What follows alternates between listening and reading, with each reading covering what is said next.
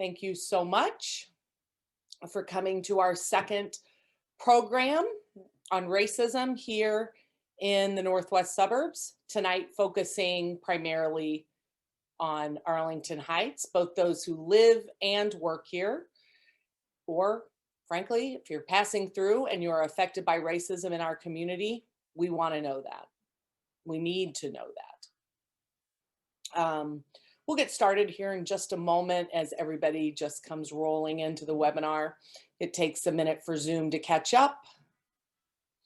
As a note, we are recording this and we are live on Facebook. So thank you for coming.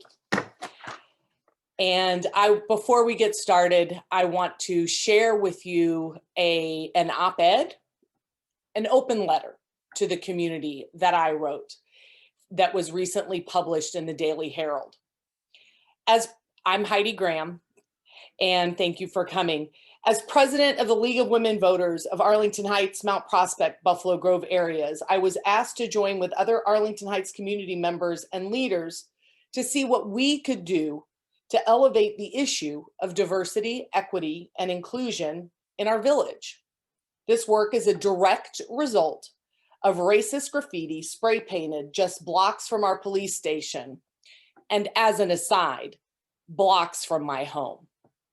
We jointly wrote a memo to village leaders, officials, and the Daily Herald outlining gaps we perceived in leadership. We followed that first memo with a second, seeking specific actions to adequately address DEI in our community. To accompany the second memo on Friday, January 15th, we held a press conference outside of Village Hall. You can access both memos through our website at www.lwvah.org.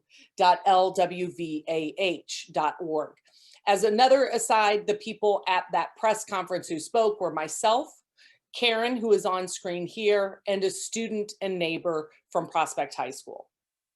Our goal is to create a productive dialogue with our village and community members to make the place we live and work welcoming for all. For the most part, we have received positive feedback, but we've also received some misinformed and racist responses. Referencing BLM as a Marxist organization that promotes socialism and my, quote, BS liberal agenda to diversify Arlington Heights.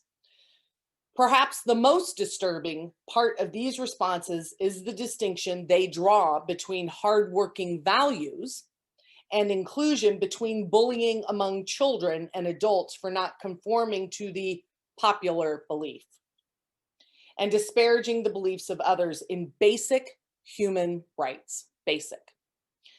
In helping to lead this DEI work in Arlington Heights, we seek to help educate and dispel the kind of misinformation and misperception evidenced in these emails. Sadly, these are views that continue to proliferate, undermining inclusion and supporting white supremacy. They are views that make Black and brown people feel unwelcome in our village, and that is not acceptable. I continue to be troubled by the institutional racism within all of our cultural institutions, League included. I get it, facing racism is not easy. But my daddy, a career Air Force officer, taught me to speak up for the oppressed. And my mama, a devout Christian, taught me to treat others as Christ would. And Christ created a space for all. When asked to be the spokesperson for this group, frankly, I was taken aback. I'm not Black. I am privileged personified. And that's precisely, in the end, why I was asked.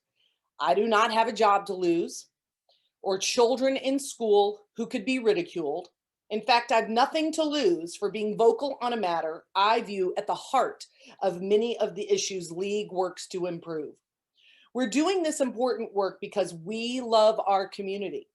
If we detested it here, we would leave. My family has the resources to live anywhere in the country we want, but we choose Arlington Heights.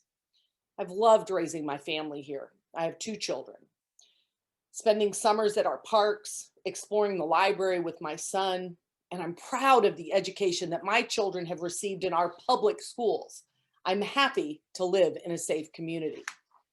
But I know that it can be made better by creating a community where everyone feels welcome, regardless of their skin color, their gender identity, or their sexuality.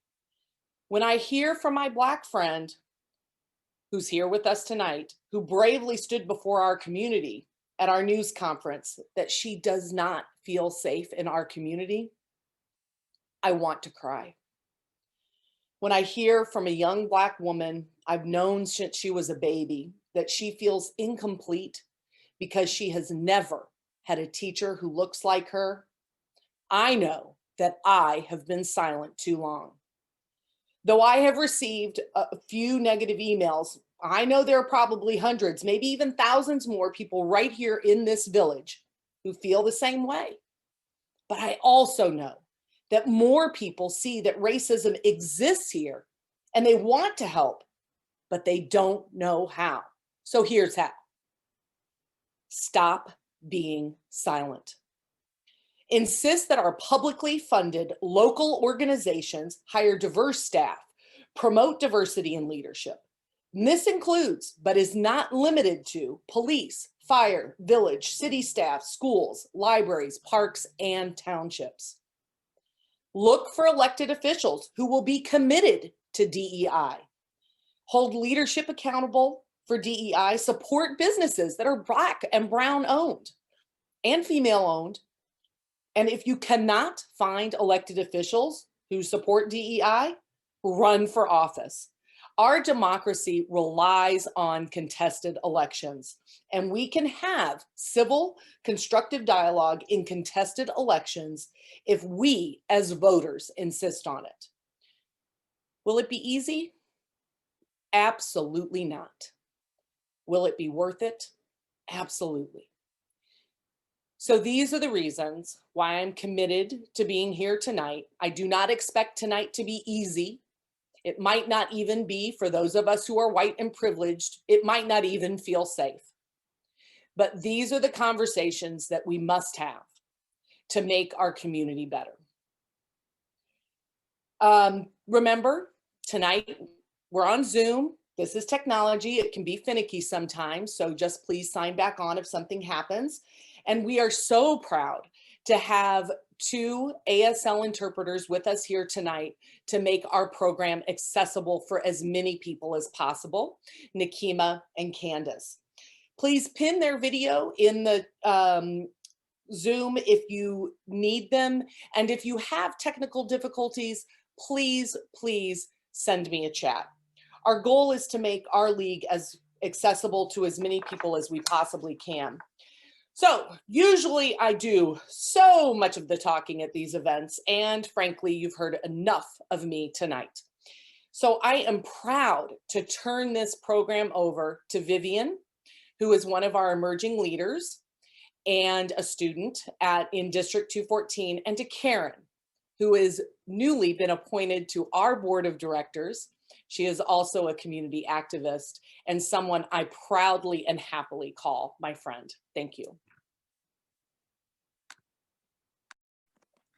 Hello, I'm Vivian, and I just wanted to start off by saying thank you so much for allowing me to be here today.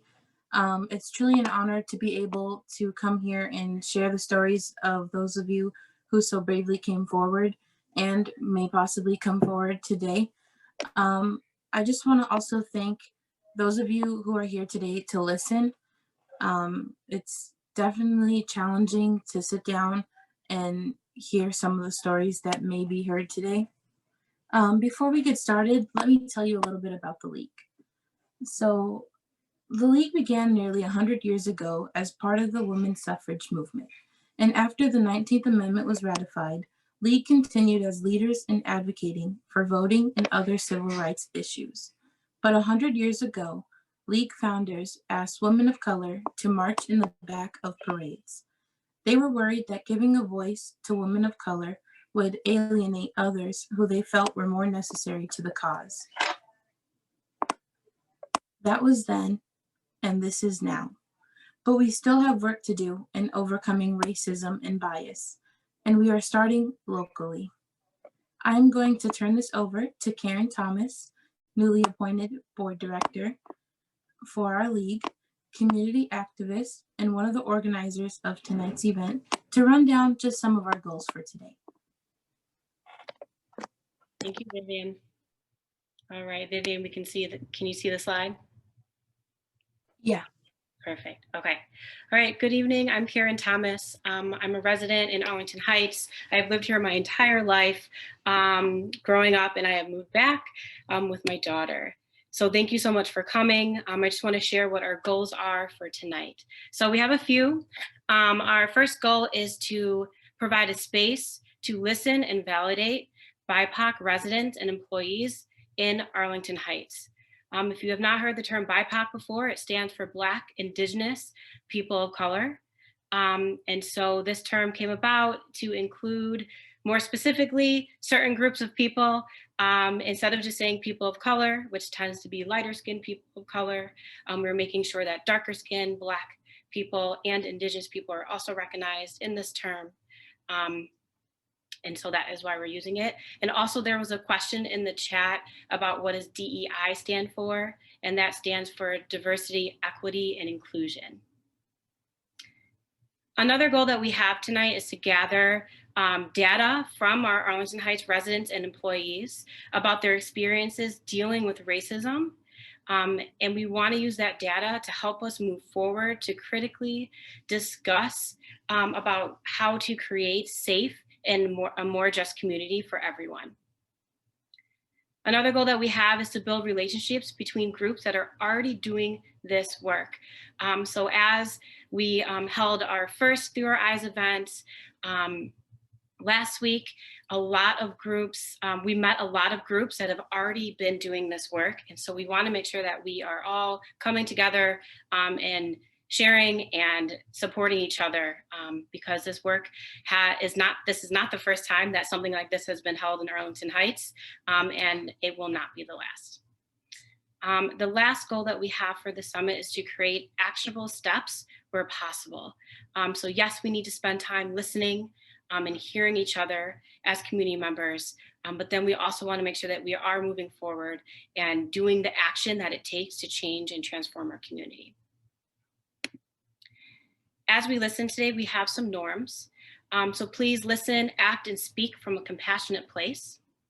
We will not be taking any questions during this time. It's solely just to listen. Speakers will have up to 5 minutes to share. Speakers, you can also share anonymously. We will automatically change your name just to your initials anyway, but you have the option to be on camera, to not be on camera, to have audio, to write in the chat and have it read, whatever you feel comfortable with. Our BIPOC identifying residents and employees will share experiences first. If time allows, then white identifying residents and employees can share witnessed accounts. If you decide during the meeting to share, you can. Please just message our host and just let them know that you want to share, and we'll get back to you right away and get you on our list. During tonight, please remember to breathe and take breaks as needed, as a lot of these events are traumatizing, and hearing them again or re-speaking them can be re-traumatizing. So please make sure you're taking care of yourself. All right. I'm going to stop sharing. Give me 1 second. Okay, Vivian, I'm going to hand it back to you. Thank you. Alrighty, so today we need to listen, and so we ask that you refrain from commenting and chatting in the chat box and participating in crosstalk, just so that you can really hear what's being said and so that you can focus and see that person's point of view, but also on your own. I do not promise that it'll be easy to hear these stories, but if we want to create a community with open arms for all, we must be willing to hear why some feel so left out. For those willing to share with us today, thank you. We are humbled by your willingness to be vulnerable tonight. And to our audience, thank you for being willing to listen. And we ask you to also be willing to act to make the changes necessary so these stories become part of our history and not of our future. I know it's scary to put yourself out there and share your story. Many of us feel afraid of retribution, ridicule, or dismissal. And because those fears are real, anyone who shares, should they decide to, they can have their camera on or off. And like Ms. Thomas said, we will change the name to just initials. And if you don't want to share it with your screen on or by your voice, I will be happy to read it if you drop it in the chat. I am going to get started today by reading a story from our summit last week. This is from a senior at Prospect High School.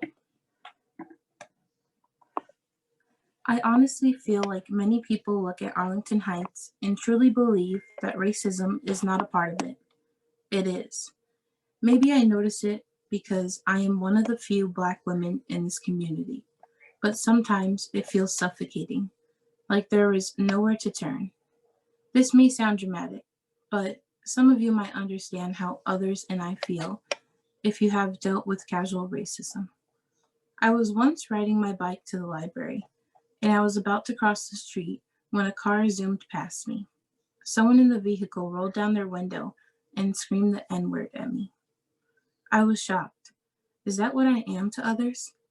Some days, I still do not completely know the answer to that question. I dated a boy for a couple months, and during that time, he would throw hateful comments at me.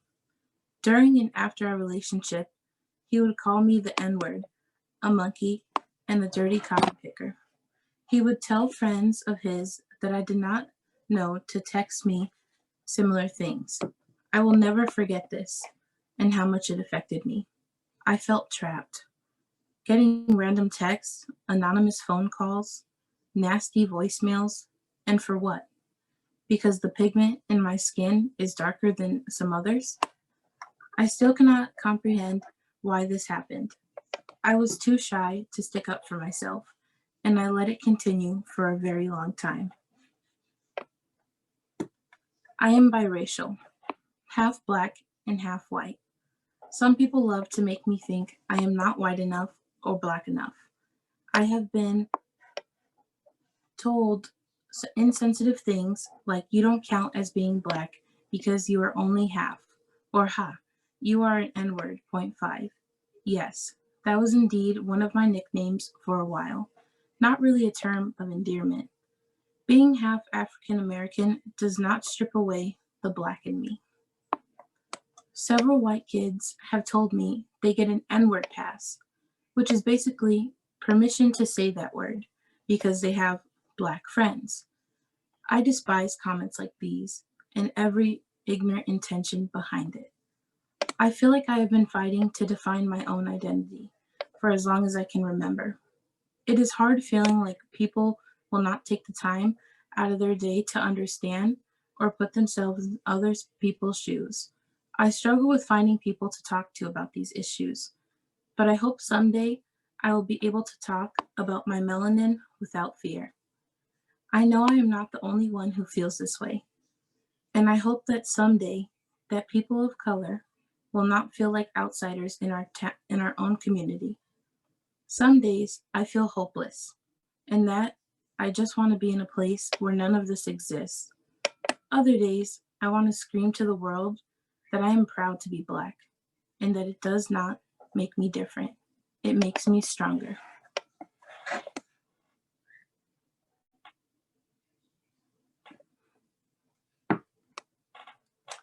I am going to read another one from last week from a junior at Hersey. Vivian, I'm just going to interrupt for just a minute. I get it. I said at the beginning that I do not have a job to lose. My son's a senior in high school. He's not going to get ridiculed because he just won't. And And I know that I am an exception to that, which is why we're trying to make this very safe for anyone to be able to share. You do not have to come on screen. You do not have to share your name. But I know from the work that I have done for years with League in advocating for change, be it for the Equal Rights Amendment being passed, for affordable housing, any of those things. What I know is that our elected officials act when they have personal stories from which to draw from.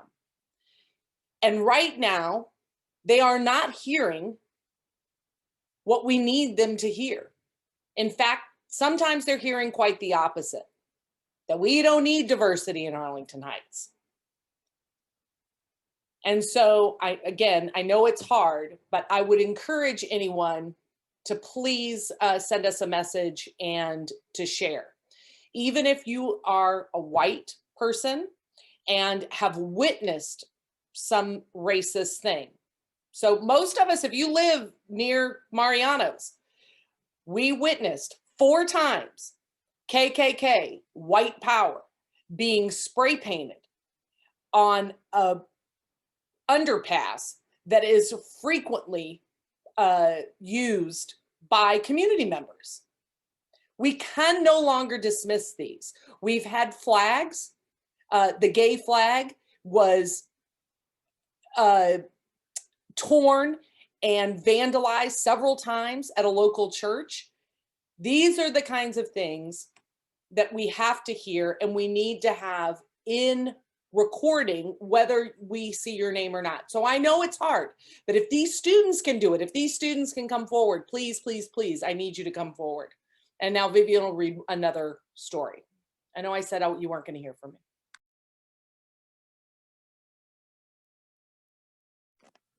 Our next story is from a junior at Hersey.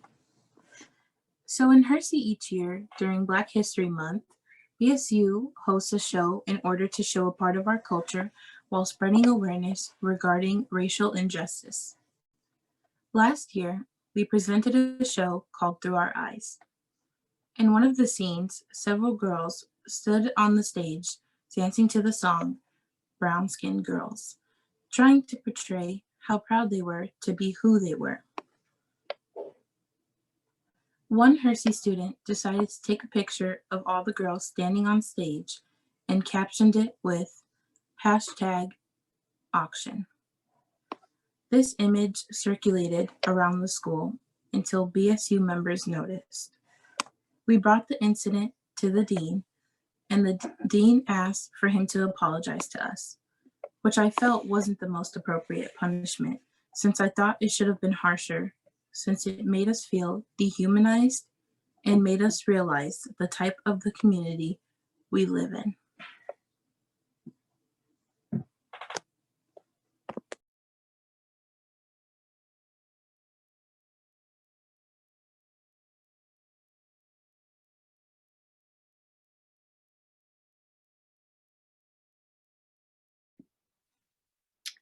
So Vivian, in the chat, we have a member that has some suggestions. So it's not a statement or an experience, but it's based, these suggestions come from their experience of being in the community. So can you see that in the chat, Vivian, or do you want me to read it?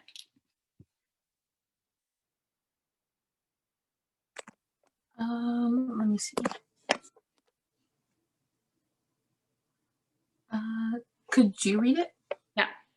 So, and you know what, to be honest, we had a feeling that tonight would be a little bit more difficult than the first night with students, because like Heidi said before, people's jobs, people's families, they're all online when you speak out. And so here are some things, some really great ideas that we all want to keep in mind moving forward as actionable steps so that we can make these conversations not more comfortable, but we allow space, a protective space for people of color to speak out when injustices are happening. And one of those ideas are that they need an active human relations commission with broad mandate. The village needs an explicit reporting and grievance process for racist and biased behavior and language. This needs to be available to employees and community members. Those who report need whistleblowers and similar protections. Staff and supervisors need anti-racism training and reporting procedure training. All of these need to be detailed in employee handbooks and training. And I fully agree with that,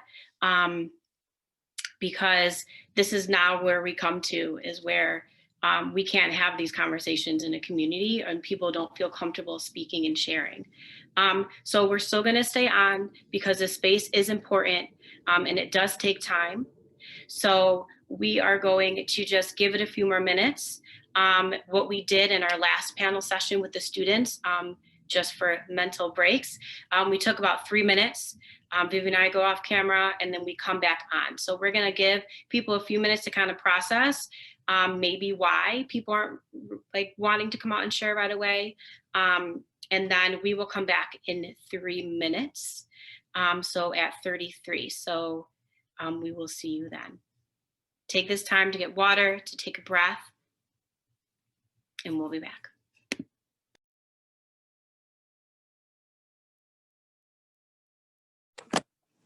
Alrighty. Now that we've had the time to kind of think about things and come back together. So we have a personal testimony from a person in Arlington Heights.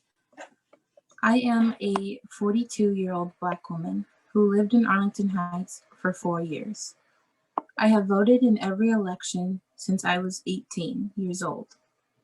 In South Cook County, in Central Illinois' McLean County for 10 years, and in Kane County. My parents were raised in segregation and taught us to always have ID when voting, even though that isn't a law in Illinois. Only when voting in Arlington Heights did I have to use my ID to verify my home address when the poll worker repeatedly told me I needed to go to the Wheeling to vote. I had verified online that my voting place was in Arlington Heights, 2 blocks from my townhouse. When I refused to leave, a supervisor came over, verified with my ID that it was the correct polling place for me, and gave me my ballot. This should never happen. Arlington Heights is the only place that this has ever happened to me in my 24 years of voting.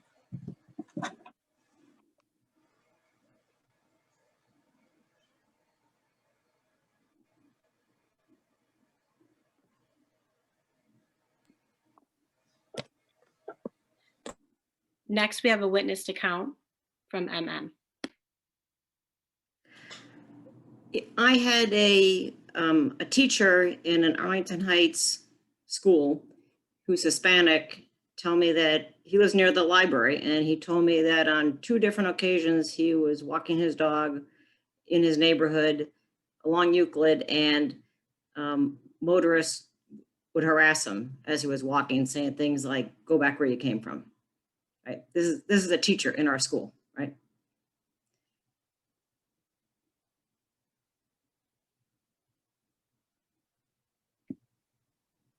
Thank you.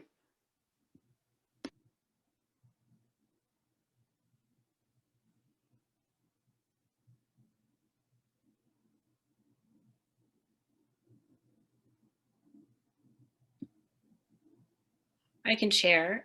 So I'm a runner, and like I said, I've lived here my whole life. But even still, there are places that I will not run in Arlington Heights. So, when I'm planning my route, there are places that that are either really windy roads or that I'm not familiar with, and I'm scared that if I run through there, someone could not recognize me and think I'm not really supposed to belong there, and that I could get the police called on me and have just unnecessary interactions that I don't really want to deal with on my run, because that is a safe place for me and somewhere where I decompress. So I plan my routes very carefully.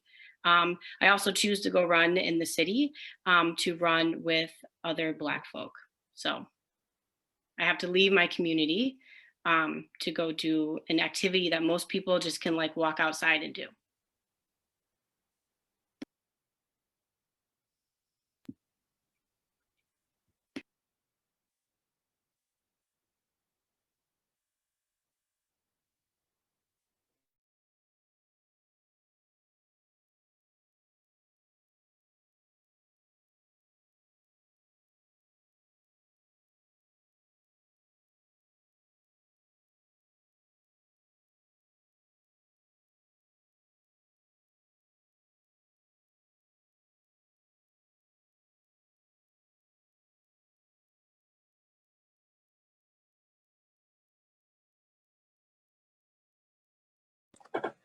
Okay.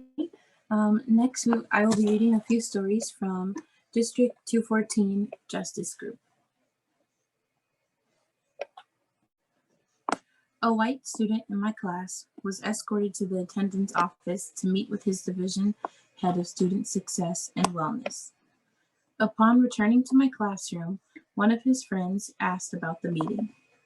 After sharing what had happened, his friend asked, "Were you just like, I'm white, it shouldn't matter?" Students are aware of the existence of white supremacy within D214. This is evidence that systematic racism has inflated our schools and it goes unchecked.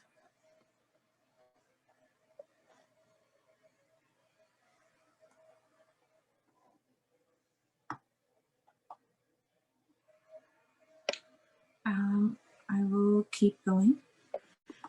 I'm a Black educator in the district and have had several racially charged things said about my hair. One teacher even called a Black student nappy-headed. Nothing was done to said teacher. Nothing.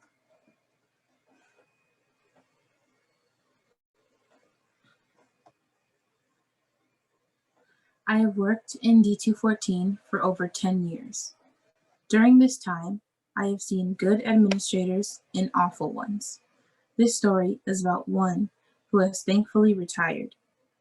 I had always thought of myself as a good staff member, getting good evaluations. This was until a new administrator was hired after the previous one retired.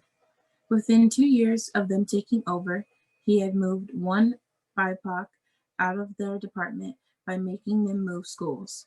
They fired one BIPOC and received a bad evaluation. We were 3 BIPOC out of a total of 4 in the department.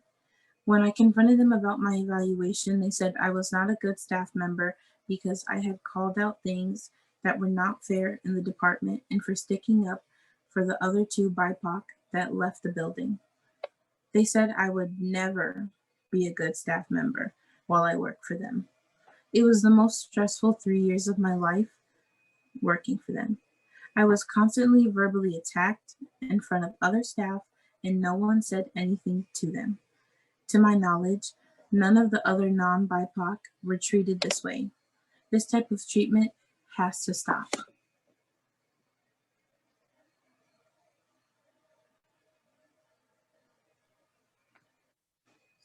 I'd like to share a witness account.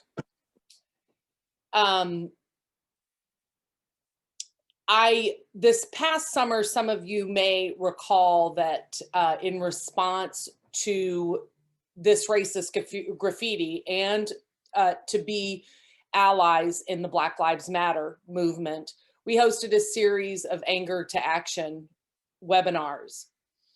And as I said, League has grappled ourselves with diversity, equity, and inclusion.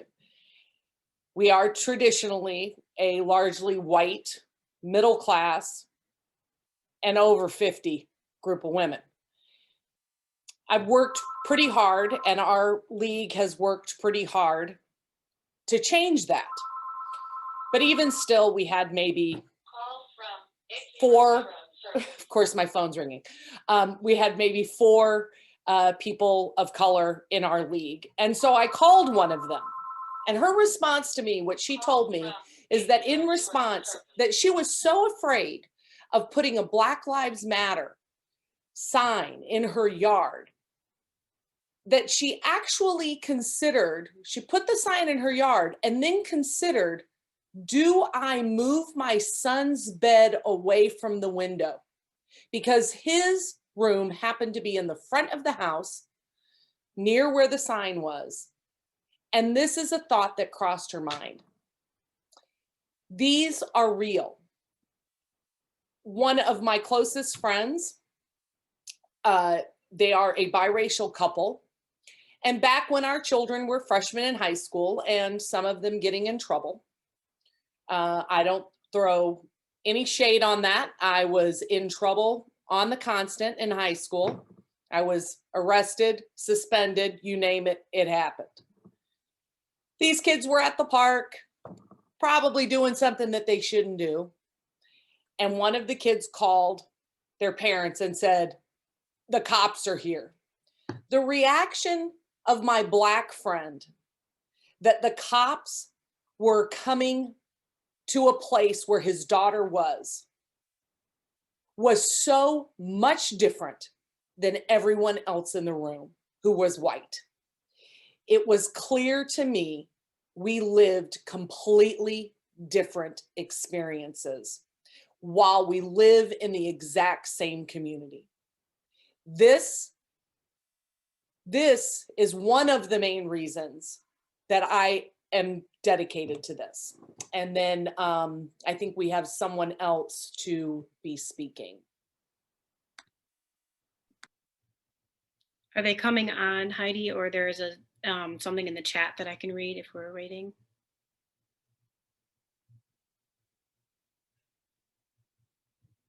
Okay, I'll read what's in the chat really quickly.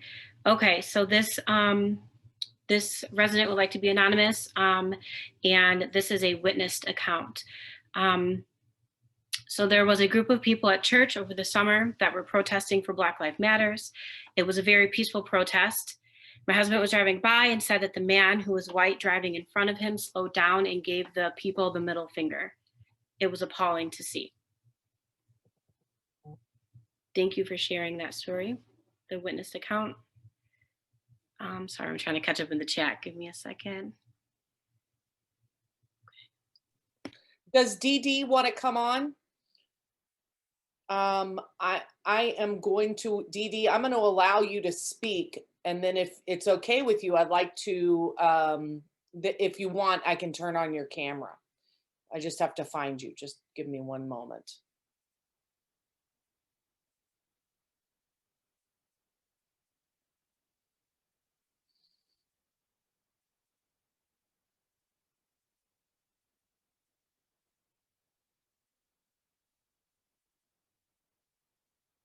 There you are. No camera, Heidi. There you no. go. Okay, but you can talk now.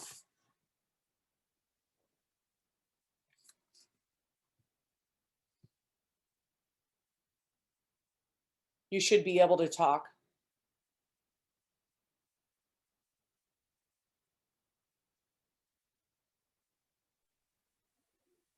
Hi, can you hear me? Yes. Hello?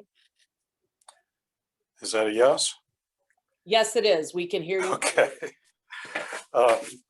Thank you. Yeah, I dropped a couple of things in the chat as well. I can explain those and maybe one other comment. First of all, the one of, I guess, two eyewitness things I'll share. One was experience of riding my bike home. So I've had several of these where I found people being stopped or questioned, sometimes mildly, sometimes not, who were, in both cases, who were Black. And the in the case I'm thinking of, someone had called a neighbor saying they saw a Black man walking, and the neighbor had come, pick up and pulled over just as I came up on this guy. He asked me for directions, and I said, "Oh, there," because he got a little lost his first time in Arlington Heights walking through. The guy in the pickup truck pulled him over and started demanding his ID and what was he doing here, and I'm going to call the cops, you shouldn't be here, sort of things. And I ended up with him and a gathering of some other people de-escalating that and finally walking the guy back up to Rand Road because, well, he was both feeling threatened and angry and everyone was escalating. And I've run into several situations like this that, you know, were pretty clearly all about racist fears on the part of local residents who don't know how to talk to people. So that's the first story. The second I wanted to mention was a really disturbing scene I saw at one of the parks a couple of years ago in the summertime when lots of kids gather. And this was, it wasn't this summer, it was a summer or two ago when there was a lot of reporting going on about Black Lives Matter and so on. And somewhere the kids had picked up the slogan, you know how it goes, but don't let the sun set on you. And they were chanting this in a circle with this, you know, sort of gather around in the park with this one black kid, and they're all trying to laugh, and the black kid's trying to laugh as if, well, I got to laugh here because excuse me, what's going on? And, you know, I walked through them just to break them up by having an adult there, which stopped it. But it was just such a hugely disturbing, having among other things lived in old sunset towns where that sort of stuff is very real. I guess it's very real here too. The last comment I wanted to make was about the note I pointed to earlier. Part of the problem, I think, for Arlington Heights, in my experience, is many of the residents, including the well-meaning or liberal ones, don't take in the structural elements of the community. The racetrack has a huge influence here. They're their own tax district. They control where the kids go to school. They don't go to the schools historically in Arlington Heights, the immigrant and migrant working kids. Similarly, there have been a number of incidents. I think you all know the stuff that happened at the library where the Right to Works workshops were canceled. No police report was filed in that incident, even though the board of directors said they were threatened. There are a lot of things like that. There's sort of easy excuses for the local power structure to come up with why and how they bend to keep the town white. And last comment was, I think I put in there just that I've heard kids saying this, and you guys may have heard this, where, you know, the slogan is Arlington whites and rolling ghettos, to illustrate the degree of housing segregation here, where is the lower income communities generally are pushed either to the southern part of Arlington Heights or are the peripheral suburbs to Arlington Heights. And these are all structural things. They're not accidental. And I think that's part of why a Human Relations Commission or people who can document this and put some teeth into it are important. Thanks for listening. You saw my point about employment there. Oh, one last comment, I will be done. Just, I do think it's important to hold elected officials' feet to the fire, trustees here and so on.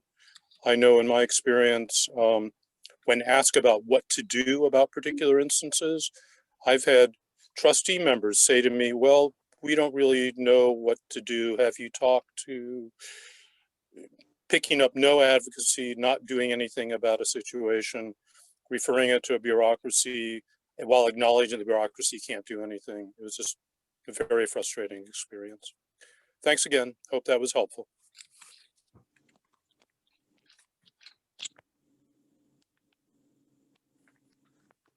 Thank you very much for sharing.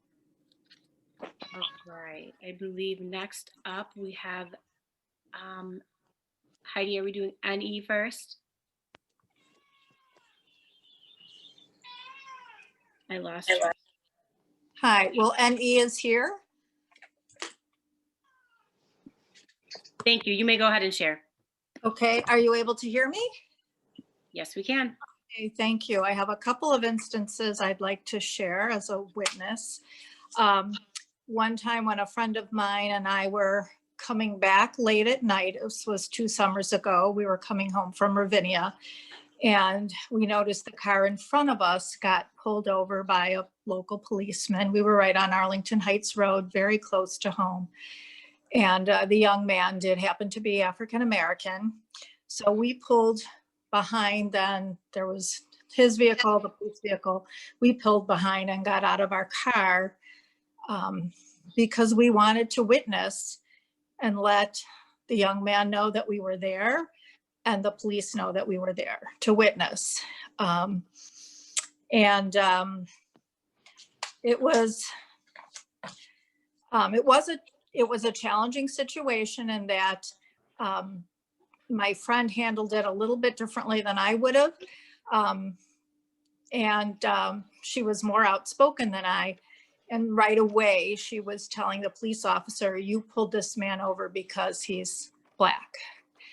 I have no idea why he was pulled over. That could very well have been why. So right away, that was starting to escalate the situation, where the police officer became very defensive and angry and threatened to arrest us. Anyway, a few other words and we were able to de-escalate it. I also turned on my camera by then, and we waited until the situation was over and the man was let go. And I mean, he was never arrested, but we stayed there to watch and listen to whatever the questioning was. So I guess there was a headlight out or something, and that was it. But anyway, it was a very unusual experience to be in. And I remember feeling afterwards very inadequate in really knowing how best to handle it. Although I did call the police department to talk about how I felt their training, they needed more training, just even dealing with us as witnesses.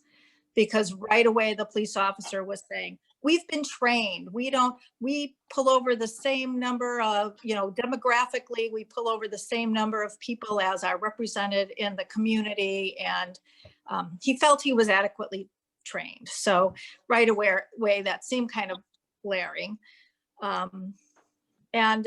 Another police-related incident this summer, when there were the incidents of the graffiti.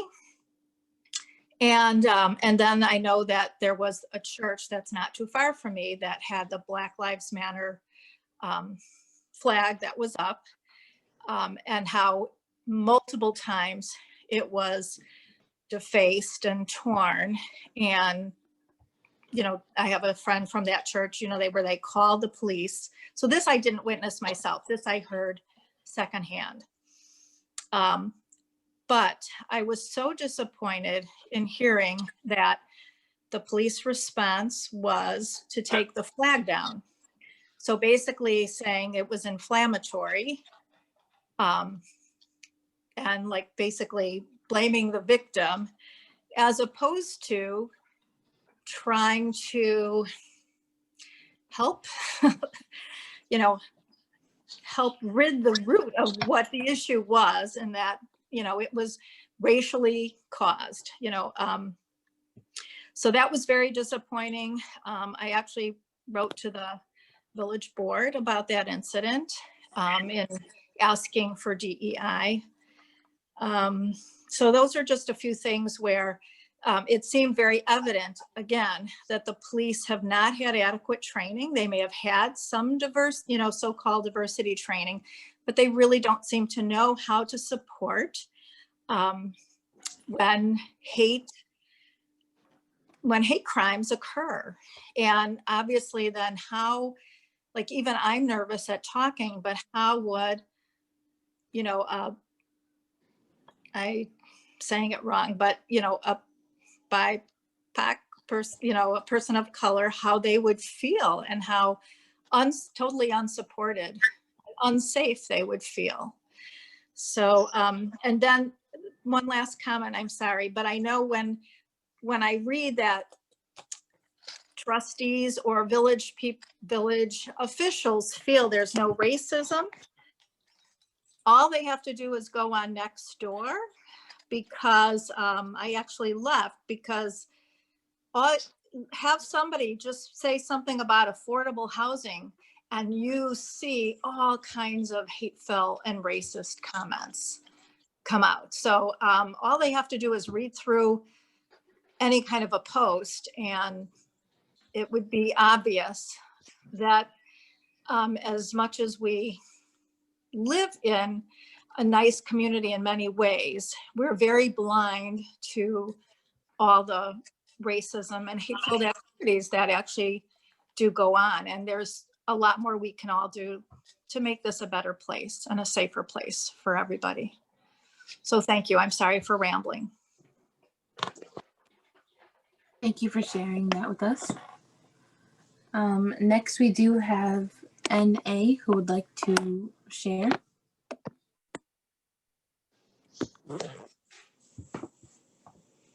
Hello, how are you? Good. So I am a teacher in the District 214, Arlington Heights, Rolling Meadows, Oak Grove, BG, Boundary, Hersey, all of the school area.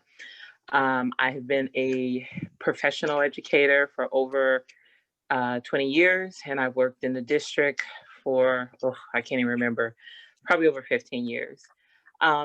Without going into long stories about my individual one experience, I'll just give you several instances and I'll work my way backwards.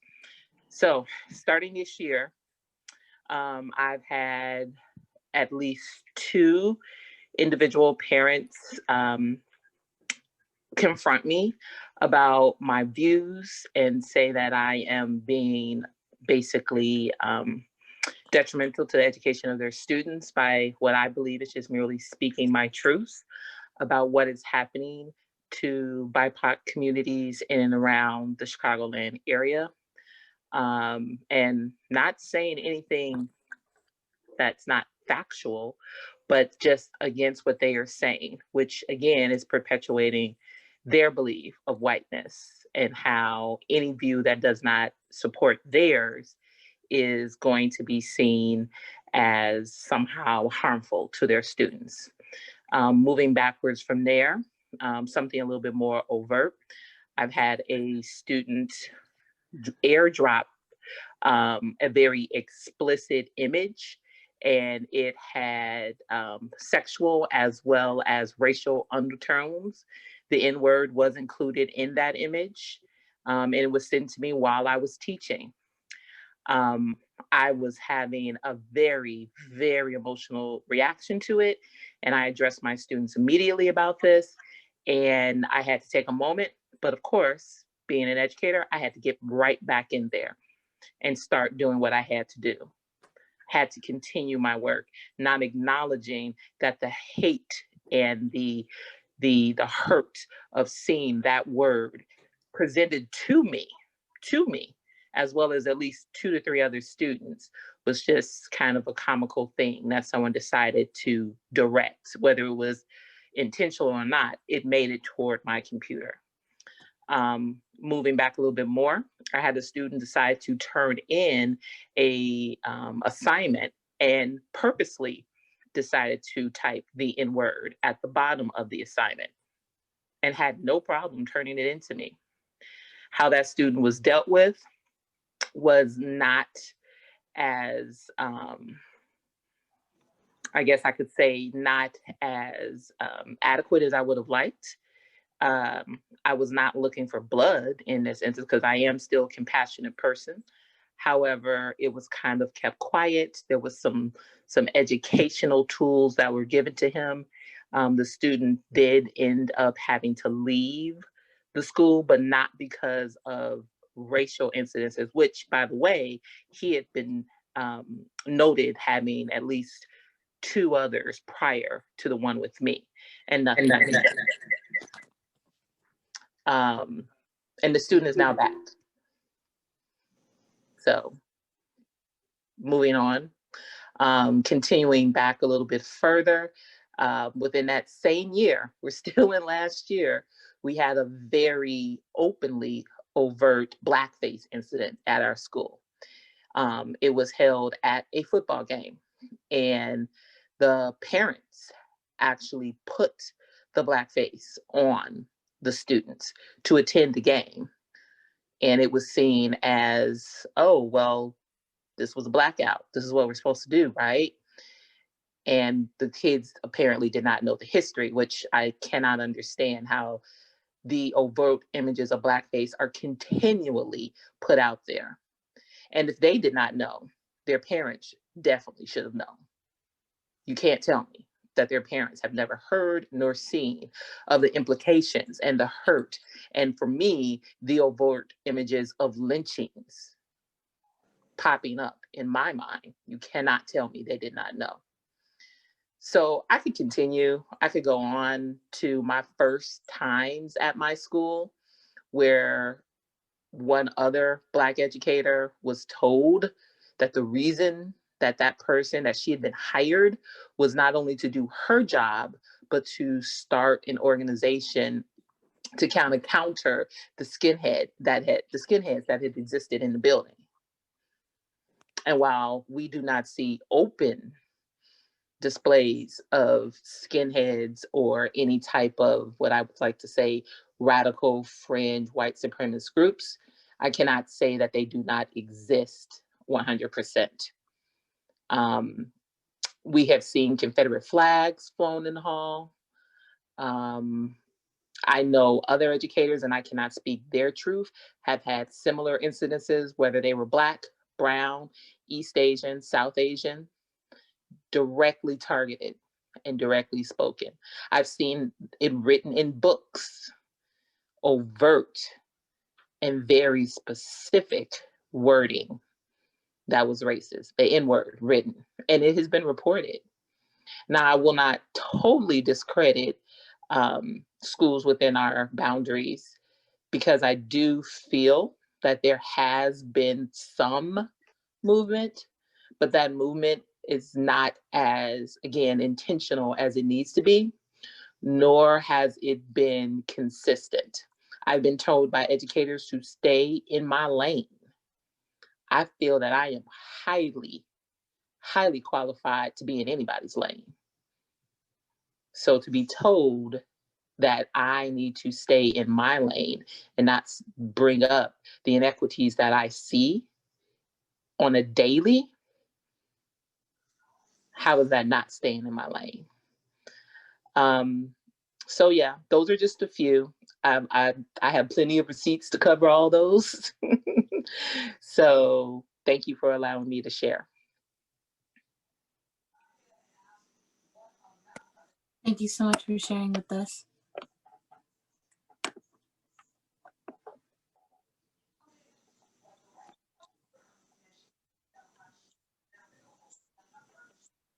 Next up, we have, I think, N.E. AP is going to go A- next. Yep.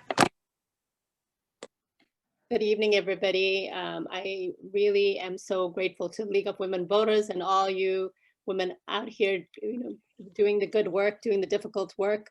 I saw a comment earlier about, elected officials and so forth. And I wanted to kind of speak in that capacity. I am an elected official in this village, and I want to validate all the hurt that I've heard tonight. I want to validate all the difficult stories, and I can tell you as a mother that it is hard to raise children of color in this community, and it is hard for children, our children, to not see people like themselves in their schools, in their community, as their educators and so forth. And but I want to also tell you that there are a lot of good people working hard. Some behind the scenes, some people like you in front of the scenes, and there are elected officials working hard to make sure that this town is inclusive and that this town is the city of good neighbors, as it is branded to be, and that if if there are stories, I know that it's hard to kind of sometimes share these stories, and that I actually first sent my own story to my neighbor to share. And then she encouraged me to kind of speak up myself. So thank you, Madeline, for encouraging me to speak up. But it is hard to share these stories. So I want to say to you that that if there are stories out there that you feel can't be shared with your elected officials, I want to invite you to say, please feel free to, Heidi, the president of League of Women Voters, has my cell phone. And if there are anybody who feels worried to share a story tonight, or feels like as an elected official in this town that I should know your story, I want to know your story. So please feel free to reach out to Heidi for my personal cell phone. And I would love to hear from you and see how I can help, or help you get connected to other village folks and other leaders, because I can tell you, I know there's a lot of good people here, and a lot of good people who would be willing to help anybody who who comes forward. And it is hard to come forward. So I'm inviting you to please give me a call, and I'd be happy to talk to you. And I also want to acknowledge that, yes, there are people doing good work, but there's a lot of work to do. And there's also an urgency in this work. Like we just heard the educator speak before me to say, hey, that there's this work to be done, but we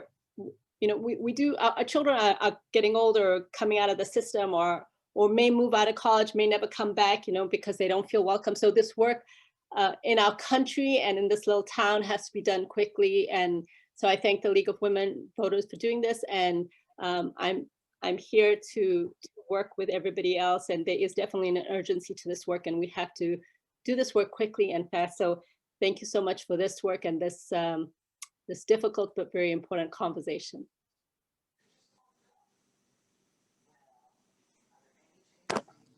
Yes, thank you. We are going to take a quick 2 minutes for everyone to just kind of like collect their thoughts on what was said, and just take a little break, and we'll come back at 8:12.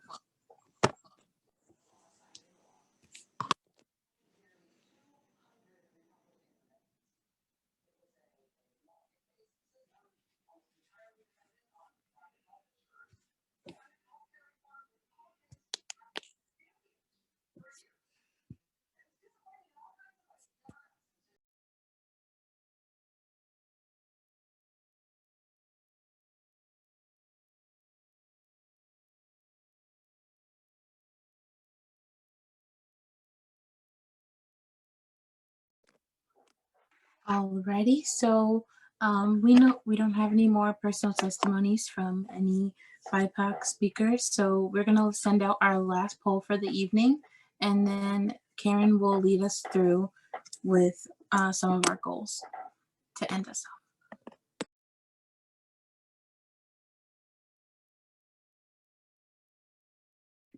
off. Okay, had to unmute. All right, so thank you so much for coming tonight. Some of our next steps, so you saw 2 polls that already went up. We're just trying to gauge if people are interested in doing this again, and what time, so please fill that out if you're interested. If you would like to share an experience, or someone that couldn't make it tonight, or if you're part of an organization that would like to collaborate so we can hold more space to have these conversations, please email us at racism.lwvah@gmail.com. We will be checking that and responding back to you. Also, to read more experiences, please look at the D214 for Justice Instagram page and the D214 Justice Group website for more firsthand accounts of employees working in our community. Those are up there for you. And we heard some stories from there tonight that were read as well.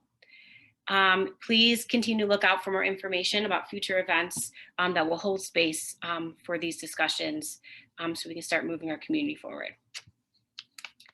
All right, so I'm gonna stop sharing so I can get back and see. Vivian, I'm gonna hand it back off to you.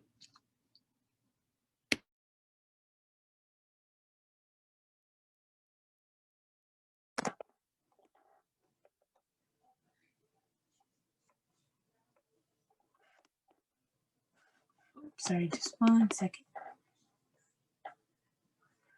Before we close, we recognize that telling and hearing stories is not enough, but we want to help everyone be heard. And so that's why we had our poll sent out, just so we can get an idea of where everybody was at and see what their thoughts were. And then we just want to thank you for joining us. A recording of tonight's program will be available on Facebook as soon as our volunteers are able to put it up for you. It also is available on our YouTube channel, and you can find more information on the league website at www.lwvah.org. And I hope that everyone has a good night. Thank you so much for sharing.